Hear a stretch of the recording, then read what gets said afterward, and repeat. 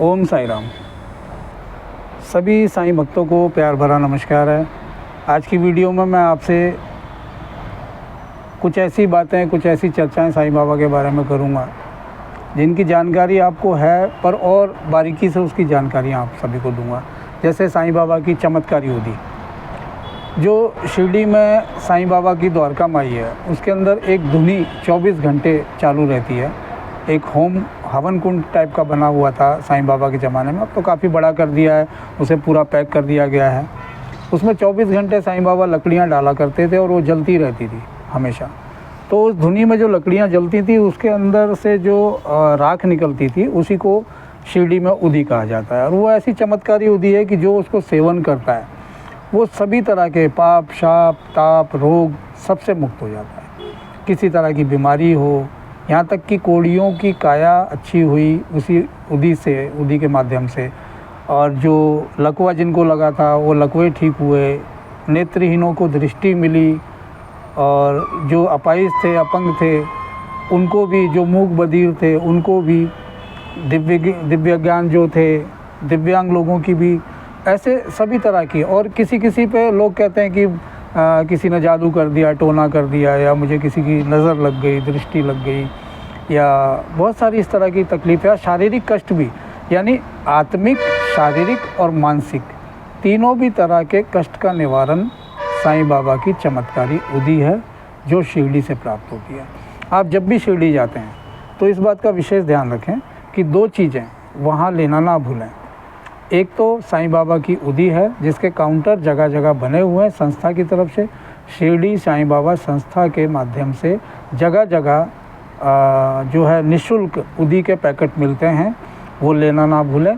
दूसरा, उदी के साइड में ही या उसके आसपास ही कहीं ना कहीं लड्डुओं के काउंटर हैं। ये भी शिरडी साईं बाबा संस्था द्वारा स्थापित किए गए हैं, जहाँ पर साईं बाबा का प्रसाद के रूप में लड्डुओं के पैकेट मिलते हैं।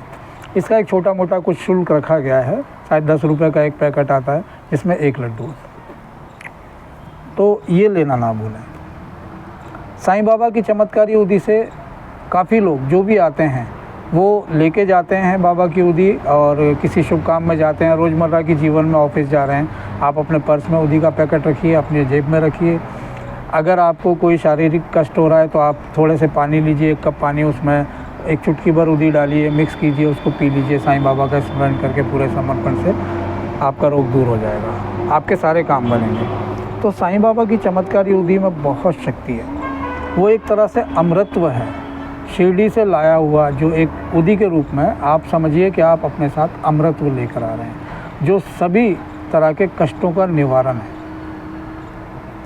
तो साईं बाबा के जीवनी पर जो वीडियोस मैं बनाता हूँ, उन सभी को पूरा देखिए। आप क्या करते हैं, थोड़ा देखते हैं, छोड़ देते हैं, आप पूरा वीडियो देखिए। मैं आपके लिए बहुत सारी सटीक जानकारियाँ ऐसी लेकर आता हूँ वीडियो के माध्यम से, जिसमें कुछ भी मेरी तरफ से कोई भी चीज़ ऐसी बना के नहीं बोली गई है। जो भी है वो वास्तविक तौर पर है। जैसे कि आपको बताता हूँ कि बहुत से लोग कहते हैं कि यार मेरी इनकम ही उतनी नहीं है, मेरी कमाई उतनी नहीं है, शिरडी बहुत दूर है, यहाँ से शिरडी जाने आने के लिए बहुत पैसा लगता है।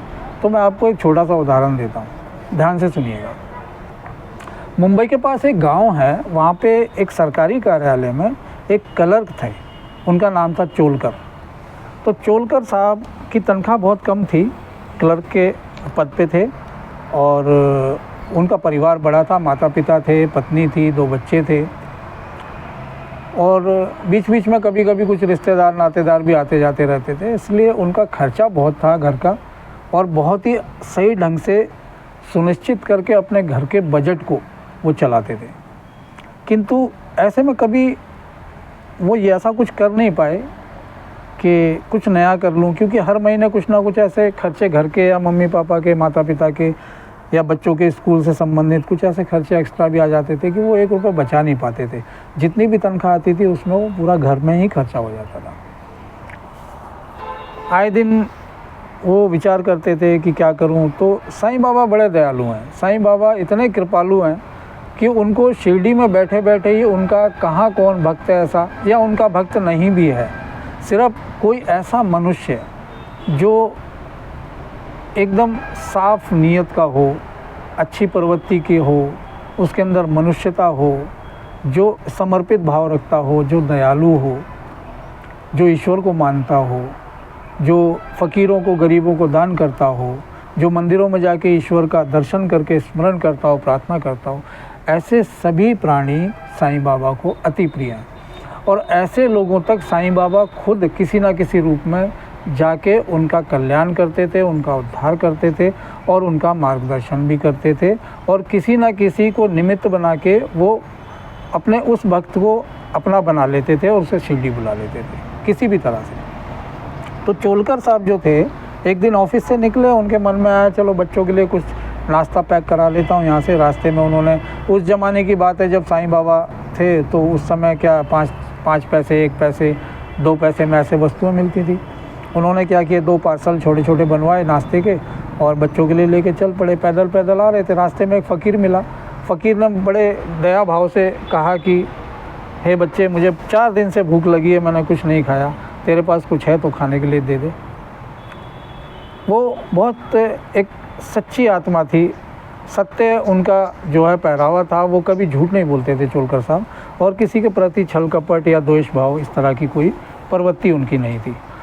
उनको बड़ा बुरा लगा कि अगर मैं ये बच्चों के लिए लेके जाऊं तो बच्चे खुश हो जाएंगे, लेकिन ये बेचारा फ़कीर यहाँ बैठा है भूखा, 4 दिन से बताया कुछ नहीं खाया, तो अगर मैं इसका खिला देता हूँ तो 4 दिन से इसकी आत्मा कैसे परेशान होगी, खाने के लिए भूख से परेशान है ये।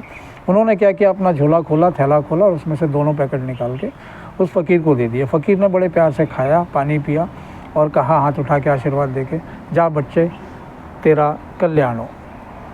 चोलकर साहब मुस्कुराए और दुखी भाव से बोले, बाबा जी मेरा क्या कल्याण होगा, मेरा तो सारा जीवन जो है घर की जिम्मेदारियां उठा उठा के मेरे कंधे दुख गए।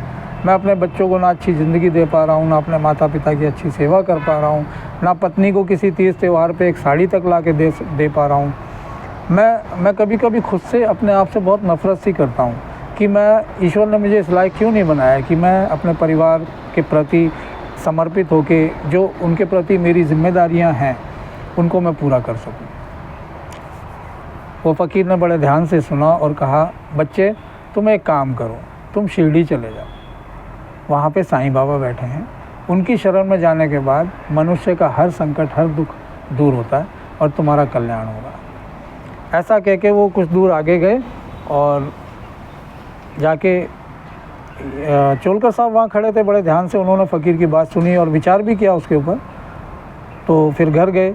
घर जाने के बाद उन्होंने अपनी पत्नी, जो कि रोज़मर्रा में उनकी पत्नी का वही कि चोलकर साहब आ गए हैं, पति आ गए हैं, अब उनको 1 गिलास पानी दूँ, फिर 1 कप चाय, तो पानी लेके आई और बोली आप हाथ मुँह धो लीजिए, मैं आपके लिए चाय बना के लाती हूँ। चोलकर साहब की एक सबसे पसंदीदा जो था, वो चाय के बहुत शौकीन थे। चाय तो उनको सुबह से लेकर शाम तक 8 से 10 बार चाय लगती थी। ऑफिस में भी 8-10 चाय पी जाते थे बैठ के। क्या हुआ, उन्होंने चाय पीते पीते अपनी पत्नी से उस फ़कीर के द्वारा कही हुई बातें जो है साझा की। उनकी पत्नी ने भी बड़े ध्यान से सुना और उनकी पत्नी भी बहुत ही निर्मल स्वभाव की थी और बहुत ही मतलब एक उनका जो है स्वभाव बहुत ही अच्छा स्त्री का था और स्त्रीत्व के मामले में एक अच्छी माँ, एक अच्छी बहू, एक अच्छी पत्नी का किरदार उन्होंने बहुत अच्छे से निभाया और निभा रही थी। उन्होंने भी मुस्कुरा के बड़े प्यार से कहा, तो इसमें हर्ज क्या है, अगर आपका किसी गुरु ने, किसी बाबा ने मार्गदर्शन किया कि आप शिरडी चले जाओ तो आपको जाना चाहिए। वो बोले, पर कैसे करूँ, मैं तो जो तनख्वाह मिलती है उसमें घर ही बड़े मुश्किल चलाता हूँ, शिरडी आने जाने के लिए पैसा कहाँ से आएगा। उनकी पत्नी ने बोली, आप रुकिए मैं आती हूँ। तो उनकी पत्नी अंदर गई, जाके उन्होंने अपने बेडरूम में जाके जो है अलमारी खोली और उसमें से कुछ छोटे मोटे सोने के कुछ आभूषण थे ला के दिए कि आप एक काम कीजिए, आप ये सुनार के पास ले जाके गिरवी रख दीजिए और आप साईं बाबा के दर्शन कराइए जाके। चोलकर साहब मुस्कुराए और दुखी भाव से देख के अपनी पत्नी को बड़े प्यार से उन्होंने देखा और मुस्कुरा के बोले, नहीं नहीं, इसकी आवश्यकता नहीं है, मैं देखता हूँ, कुछ तो करूँगा व्यवस्था, लेकिन शिरडी ज़रूर जाऊँगा। क्योंकि उसी दिन, जिस दिन फ़कीर मिले थे, उसी दिन ऑफिस में एक घोषणा हुई थी कि एक अच्छे पद के लिए जो है वहाँ पे एक इंटरव्यू होने वाला ऑफिस में और उसमें जो भी भाग लेना चाहे वो निःशुल्क भाग ले सकता है, परीक्षा में बैठ सकता है। तो चोलकर के मन में भी आया कि मैं तो इतने सालों से क्लर्क की पदवी पे हूँ, मुझे तो ऑफिस के सारे काम आते ही हैं, सब कुछ जानकारियाँ भी हैं, तो क्यों ना मैं भी इस एग्ज़ाम में, इस परीक्षा में बैठ जाऊँ। हो सकता है मैं पास हो गया तो मेरा प्रमोशन हो जाएगा, मेरी तनख्वाह बढ़ जाएगी, फिर मैं अपने परिवार का पालन पोषण सही से कर सकूँगा। ये उसी दिन की बात थी और ये बात भी उन्होंने अपनी पत्नी से कहा। तो उनकी पत्नी बोली, देखिए आप एक काम कीजिए, आप शिरडी चले जाइए, साईं बाबा के दर्शन कराइए, हो सकता है आपने जो कहा कि आप परीक्षा में बैठना चाहते हैं तो उस परीक्षा में आप सफल हो जाएं साईं बाबा के आशीर्वाद से। तो चोलकर साहब बोले ठीक है, मैं देखता हूँ, कुछ तो व्यवस्था करता हूँ। अगले दिन वो ऑफिस पहुँचे चोलकर साहब। वहाँ जाने के बाद वो चाय वाले का तो रोज़ की आदत है, चोलकर साहब आ गए, फटाक से टेबल पर ला के चाय वाले ने चाय दे दी। चोलकर साहब बोले, रुको, आज से सुबह और शाम को सिर्फ 2 ही चाय मुझे ला के दो, इसके अलावा मैं कोई चाय नहीं पीऊँगा।